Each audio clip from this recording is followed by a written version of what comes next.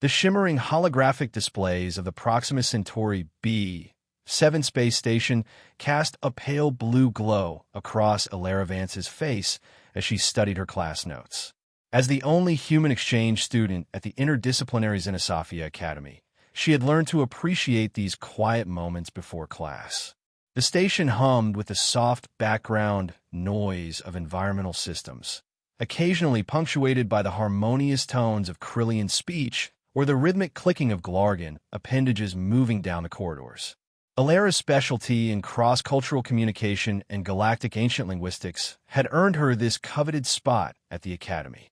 Today's scheduled simulation on subtle diplomacy would test her ability to navigate the complex social dynamics of species with vastly different biological structures and social norms. She gathered her materials and headed to the simulation chamber, her shoes making a soft patter against the gleaming floors. The chamber doors slid open with a gentle hiss, revealing an impressive space designed to accommodate the various anatomical needs of the diverse student body. Professor Valerian, a nebulous energy being known for absolute calm and composed primarily of shimmering particles resembling a miniature galaxy, hovered near the center of the room. "Welcome, students," the professor's voice resonated, not through sound waves, but as a direct neural transmission that manifested differently for each species. Today's simulation will test your ability to maintain composure and deliberate control in high-tension diplomatic scenarios. Minimal movement and gestures are required. Alara took her seat among her classmates. Tor, a tall, scaled Threllian with impressive dorsal ridges. The KRYL twins Nia and Neo, whose silvery skin pulsed with subtle lights as they communicated telepathically. And CH Kate, a Glargan whose insect-like multiple limbs were currently folded in a formal posture of academic attention. The simulation began, and the chamber transformed into an impressive recreation of the Galactic Council's neutral zone negotiation chamber. The diplomatic scenario unfolded. They were tasked with resolving a resource dispute between species with fundamentally different concepts of ownership and territorialism. After nearly an hour of careful verbal and nonverbal negotiations, Alara saw an opportunity to propose a compromise solution. The room had fallen into a tense silence as two simulated ambassadors reached an apparent impasse. Recognizing her moment, she gently rose to her feet. Crack! The sound from her knee echoed through the silent chamber like a small explosion. The dry, sharp noise seemed to hang in the air for an impossibly long moment. Every being in the room froze. Professor Valerian's particles, normally flowing in smooth, elegant patterns, scattered momentarily in what could only be interpreted as shock. Tor's scales bristled as his head snapped toward Alara. The KRYL twins' synchronized mental pulses stuttered visibly in their auras. CHK-Tess limbs tensed in a defensive posture, appendages half raised, as if preparing to flee. The silence that followed was deafening. What? Professor Valerian finally transmitted, his particles reforming into a slightly more condensed pattern that conveyed concern. Was that alarming sound? Alara felt heat rising to her cheeks, a blush spreading across her face. She realized all sensory organs in the room were trained on her, ranging from Tor's slitted reptilian eyes to the variety of non-visual sensory apparatuses used by the others. "Oh, sorry," she said with an apologetic smile, trying to maintain the composure expected in the diplomatic simulation. "That's just my knees. They sometimes make that noise when I stand up." The explanation did not have the reassuring effect she had hoped for. If anything, the concern in the room intensified. "Your skeletal support structures emit warning signals?" Tor growled softly, his body language shifting subtly into what Alara recognized as a defensive posture. His hand moved slightly closer to where a weapon would be carried in non-academic settings. "Is it a deliberate sonic deterrent?" he asked, suspicion evident in his tone. No, Alara hurried to explain. "It's just something that happens. It's completely harmless, just air bubbles in the synovial fluid between the joints. It's normal for humans." The KRYLL twins exchanged a quick telepathic conversation that manifested as rapid pulses of light between them. Nia, distinguishable by her slightly more silver-toned skin, projected concern outward. "We sense no deception," she transmitted to the group, "but we are detecting worrying patterns suggesting internal structural instability. Your support framework appears to be experiencing critical failures," Neo added, his mental voice tinged with what Alara interpreted as sympathy. Kate had backed away several steps, multiple limbs twitching in what Alara had learned was an expression of anxious concern. "Is there contamination risk?" The Glargan clicked. Mechanical deterioration often indicates imminent systemic failure in biological organisms. Professor Valerian's particles had rearranged into a formation that Alara recognized from her xenobiology studies as indicating deep analytical thought. After a moment, he addressed the class. "I believe we should pause the simulation," he transmitted. "Student Vance, while I appreciate your commitment to continuing despite your apparent physical distress, I must insist you visit the Academy's Bioscience Department for evaluation." "But I'm fine, really," Alara protested, embarrassment giving way to mild frustration. "This is completely normal for humans. Our joints make noises sometimes, especially when we've been sitting still for a while." Her explanation only seemed to increase the collective concern. The professor's particle flow adopted the pattern used for gentle but firm instruction.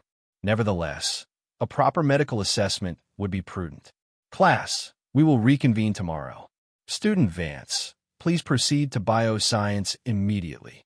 Alara sighed, recognizing the futility of further protest.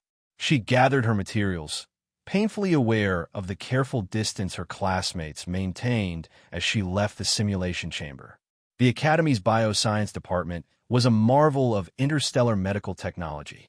Transparent diagnostic chambers lined the walls, some filled with specialized atmospheric mixtures for non-oxygen breathing species. Holographic anatomical models of dozens of sentient species rotated slowly above research stations. Dr. Lyra, a Zidonian with softly bioluminescent skin that shifted between shades of blue and green, greeted Alara. Alongside her stood Krell, a multi-limbed medical assistance robot designed to accommodate the physiological needs of any known species.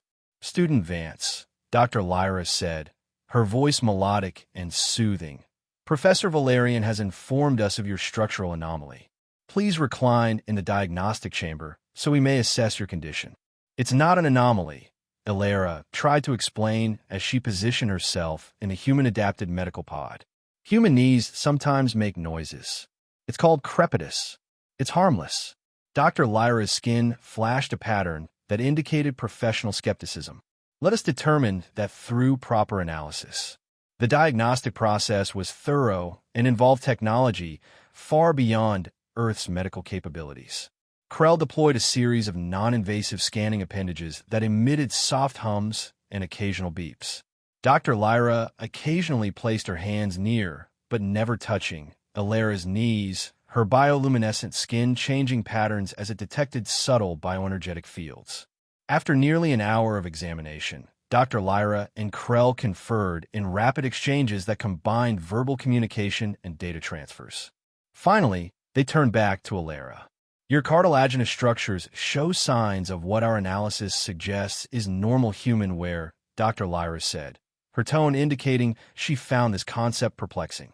"However, by any standard medical protocol for other known sentient species, this would indicate a need for immediate regenerative intervention."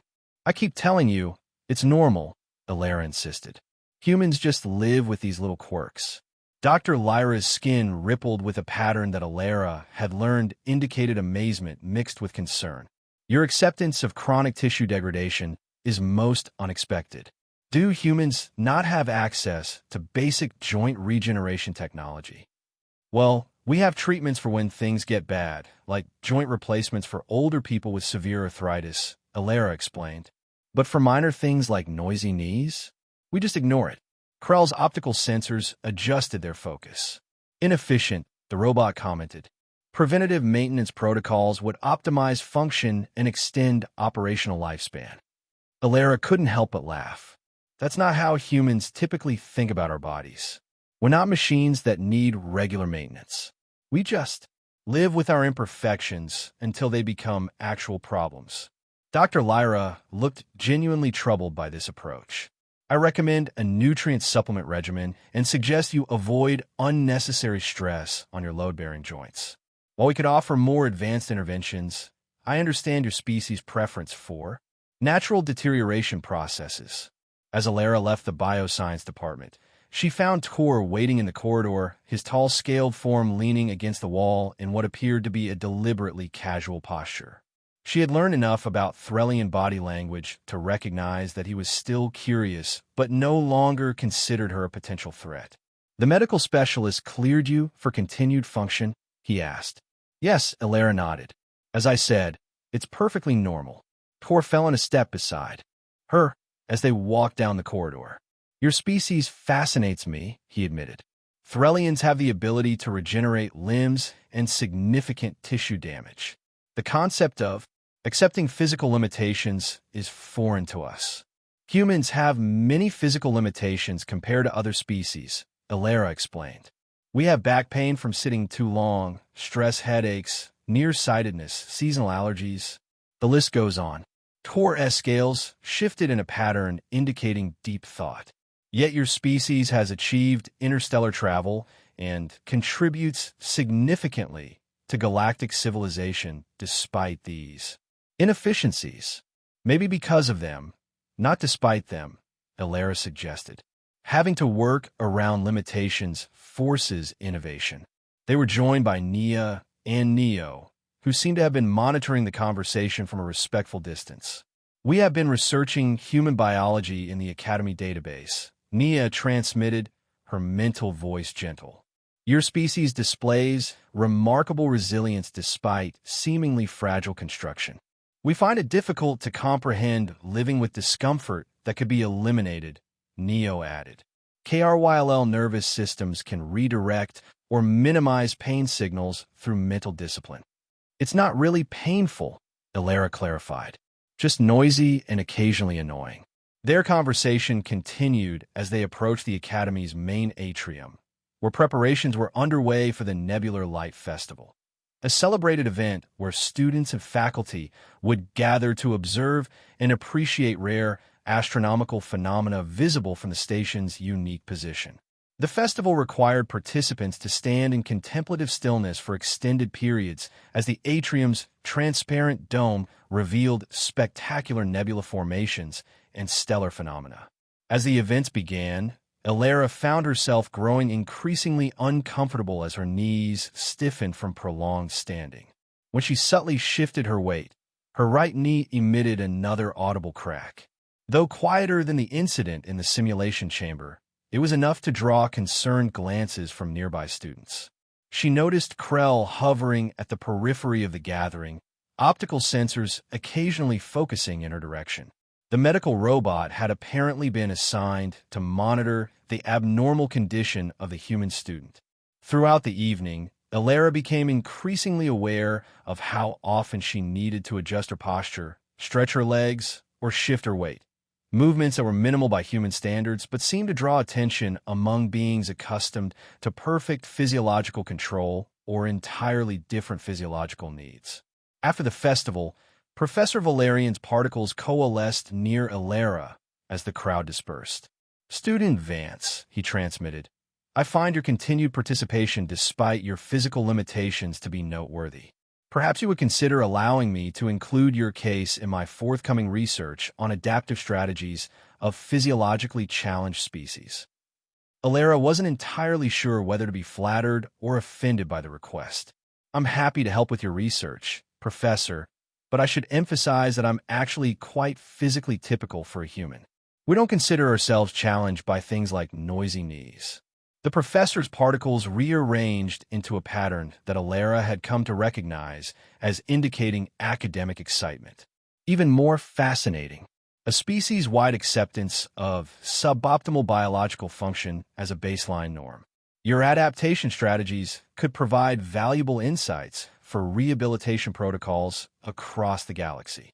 The following week brought a required field trip for the cross-cultural communication class to the Rylos Prime Biological Simulation Enclave, an environment designed to test students' adaptability to various gravitational and atmospheric conditions. Alara, Tkor, Nia/Neo, and Kate were assigned as a team. Their mission was to collect and classify simulated plant specimens in an area with gravity approximately 1.2 times that of Earth and featuring rugged terrain with numerous small cliffs and ravines. The increased gravity made Alara acutely aware of her human limitations. What would have been an easy hike on Earth required significantly more exertion here, as she found herself breathing harder than her alien teammates. Your respiratory rate has increased by 37%, Kate observed, multiple eyes focusing on Alara's chest. Is this another normal human response? Yes, Alara managed between slightly labored breaths. Humans adapt to increased oxygen demands by breathing faster and deeper. Efficient for a single circulatory system species, Kate clicked, which Alara took as a compliment. They worked methodically across the terrain, collecting specimens and recording their environmental adaptations. As they approached a small cliff face covered in bioluminescent vines, Alara spotted a particularly interesting specimen just out of easy reach. That one has the morphological markers we're looking for, she said, pointing to a cluster of glowing fronds. I think I can reach it. She carefully positioned herself on a small outcropping and stretched toward the specimen. As she extended her arm, her footing shifted slightly on the loose surface. She didn't fall, but as she quickly rebalanced herself, her ankle emitted a distinct pop sound. Alara winced slightly at the momentary twinge of discomfort and carefully sat down on a nearby rock. The reaction from her teammates was immediate. Tkor emitted a low, concerned growl, his eyes fixed on her ankle as if expecting it to shatter completely. Nia and Neo projected waves of empathetic distress and offered to share the neural burden through their telepathic abilities. Kate quickly extended two of its limbs, exuding a clear, gel-like substance. Emergency joint lubricant, the Glargan explained, offering the secretion.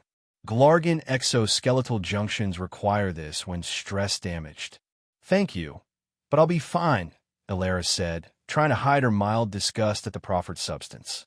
I just need to rest for a moment and perhaps apply cold if available. She removed her boot and gently massaged the ankle before tearing a strip of cloth from her field kit to wrap around it for support. Her teammates watched this primitive first aid technique with what appeared to be a mixture of fascination and horror. Your medical technology is portable, Tkor asked, indicating the simple cloth wrap. Not technology exactly, Alara explained. Just basic support until the body heals itself. After a brief rest, Alara carefully stood up and tested her weight on the ankle.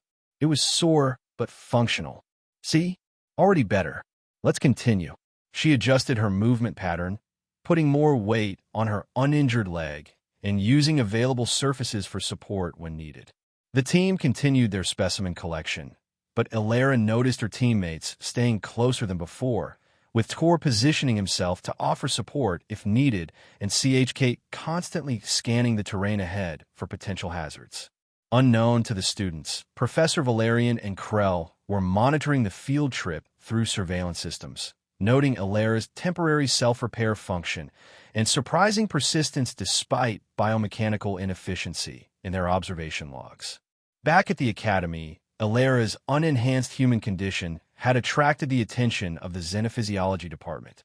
She received a formal invitation, which felt more like a summons, to participate in a series of seminars and non-invasive diagnostic scans under the direction of Dr. Thorne, a human scientist who had embraced biological perfectionism and enhanced his own body with biotechnology.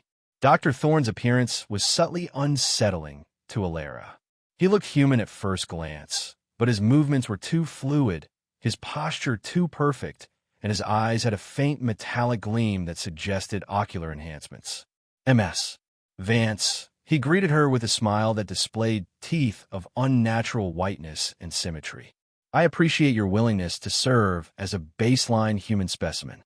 Your unmodified physiology provides a valuable control subject for our comparative studies. Alara suppressed her discomfort at being described as a specimen and control subject. Happy to help with your research, she replied politely. Though I should mention that I'm not particularly representative of all humans. We have considerable variation in our species. Of course, Dr. Thorne nodded dismissively. But any unmodified human provides insights into the limitations our species has largely overcome through enhancement. The seminars proved to be unexpectedly enlightening, not just for Dr. Thorne's department, but for Alara as well. She learned about the diverse approaches to physical pain and body maintenance across different species. Threllians viewed pain as a sign of strength if endured properly, and physical limitations as challenges to be overcome through discipline and training. Their regenerative abilities meant that permanent disability was rare, but they respected those who functioned despite injury as demonstrating superior mental control. KRYLL could redirect or minimize pain signals through mental discipline, treating discomfort as simply another form of information that could be acknowledged or set aside as needed. Their telepathic abilities allowed for community support during healing, with pain sometimes shared among family members to reduce individual burden. Glargans replaced worn body parts as routinely as changing clothes, considering the exoskeleton as simply a functional tool rather than an integral part of self. Their approach to body maintenance was pragmatic and mechanical, with no emotional attachment to original body parts. Dr. Thorne repeatedly expressed regret that humanity in general had not yet embraced the necessity of biological upgrades, though he acknowledged that attitudes were slowly changing on Earth and its colonies. Consider my own enhancements, he said during one seminar, extending his arm to demonstrate an unnaturally smooth rotation of his wrist. My joints will never deteriorate, never cause pain, never emit embarrassing sounds. My lung capacity is 32% greater than baseline human norm. My vision extends into ultraviolet and infrared spectrums. Why would anyone choose to remain limited when these options exist? During one particularly memorable session, Alara found herself defending human resilience to a room full of alien researchers and enhanced humans. Yes, our bodies have limitations, she acknowledged, but we've developed remarkable adaptability.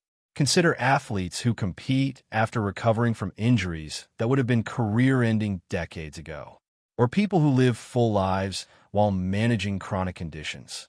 We have a concept called the will to overcome adversity that's central to many human cultures. She explained immune systems, natural wound healing processes, and the importance of physical therapy, concepts that seemed slow and uncertain to some species accustomed to more immediate solutions.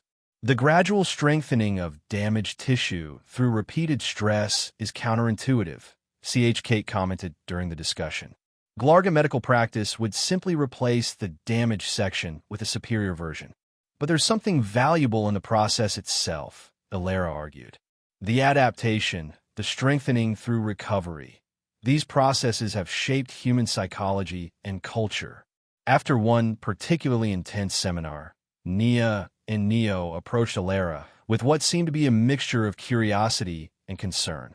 With your permission, Nia transmitted gently, we would like to attempt a minor bioenergetic adjustment that might reduce the auditory emissions from your knee joints. Our telepathic abilities allow us to influence certain biological processes, Neo explained. We've studied human physiology and believe we could realign the energy pathways. Touched by their concern, Alara agreed to the experiment. The twins positioned themselves on either side of her and entered a meditative state, their silvery skin pulsing with complex patterns of light. Alara felt a strange, tingling sensation in her knees and a mild sense of drowsiness. After several minutes, the twins ended the procedure. How do you feel? Nia asked. Alara stood up and took a few experimental steps. Her knees still made their characteristic sound when she bent them deeply. "I don't think it changed the sound," she said gently, not wanting to discourage them. "But my knees do feel a bit warmer and more relaxed. Thank you for trying." The twins seemed disappointed but fascinated by the results.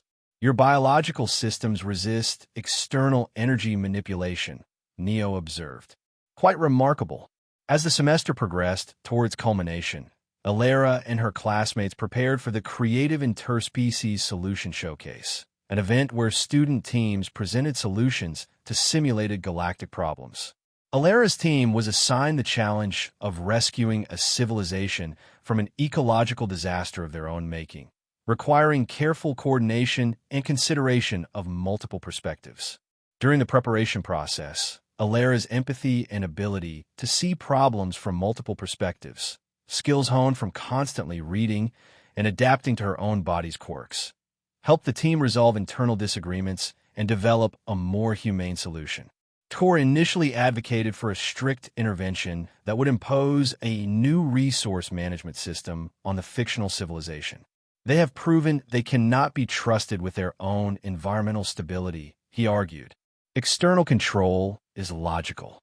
Nia and Neo suggested a telepathic network that would create forced empathy among the population for their suffering ecosystem, an elegant but ethically questionable solution. Kate proposed an engineering approach, artificial systems to replace the damaged natural processes, essentially creating a mechanized ecosystem that would function without requiring behavioral changes from the population. Alara listened carefully to each proposal, acknowledging their merits while gently pointing out their limitations. "What if we combine elements of each approach?" she suggested. "We could implement Sitchkate's engineering solutions as temporary measures while using a modified version of the KRYLL empathy network, opt-in rather than forced, to build understanding. Meanwhile, we could adapt Torres' management system, but make it collaborative rather than imposed." This integrative approach resonated with the team, and they developed a comprehensive solution that respected the autonomy of the fictional civilization while providing effective tools for recovery. On the day of the showcase, Alara felt a mixture of nervousness and pride as their team prepared to present. When her turn came to explain her portion of the solution, she stood up from her seat, and her knee gave its now familiar crack. This time, instead of alarm, there were only subtle reactions: a slight shrug from Tor, a mental smile from Nia and Neo, and a gentle nod from Professor Valerian, whose particle configuration showed a pattern of what Alara had come to recognize as academic interest. Alara delivered her portion of the presentation with confidence, explaining how their solution incorporated cultural sensitivity with practical assistance. As she spoke, she realized that her understanding of physical limitations and adaptations had deeply informed her approach to the problem. The team's presentation was a resounding success, earning the highest evaluation from the panel of professors and visiting dignitaries. As they left the presentation chamber, Tor approached Alara. "Your body may be fragile, Alara Vance," he acknowledged with a respectful inclination of his head, "but your will is not. We have learned that imperfection can be a source of adaptive strength," transmitted Nia and Neo simultaneously, their mental voices carrying a warm tone of respect. Professor Valerian's particles formed a complex pattern that Alara had never seen before as he addressed her. "The human capacity to function effectively despite obvious biological limitations is a testament to the complexity of life," he transmitted. "Your contributions to this academy have been unexpectedly valuable." As Alara walked away from the presentation hall, feeling a new sense of acceptance and respect from her classmates and professors, she reflected on how her perceived weaknesses had become bridges to understanding and even admiration. Krell approached her in the corridor, its mechanical form moving with precise efficiency. The medical robot emitted a synthesized sound that approximated throat clearing before speaking. "Analysis indicates your probability of success, despite physical parameters, was logically improbable," it stated. "This is intriguing." Alara smiled. She knew her journey at the academy would include many more cracks, pops, and creaks, But now they were no longer signs of weakness. They were reminders of the remarkable resilience of being human. A resilience that, even among the stars and surrounded by beings of seemingly superior physical design, remained an extraordinary source of strength. As she continued down the corridor toward her dormitory, she heard the soft hum of Krell still following at a respectful distance, its sensors likely recording her gait patterns for further study. The thought made her smile wider. Perhaps there was something to be learned from creaky human knees after all.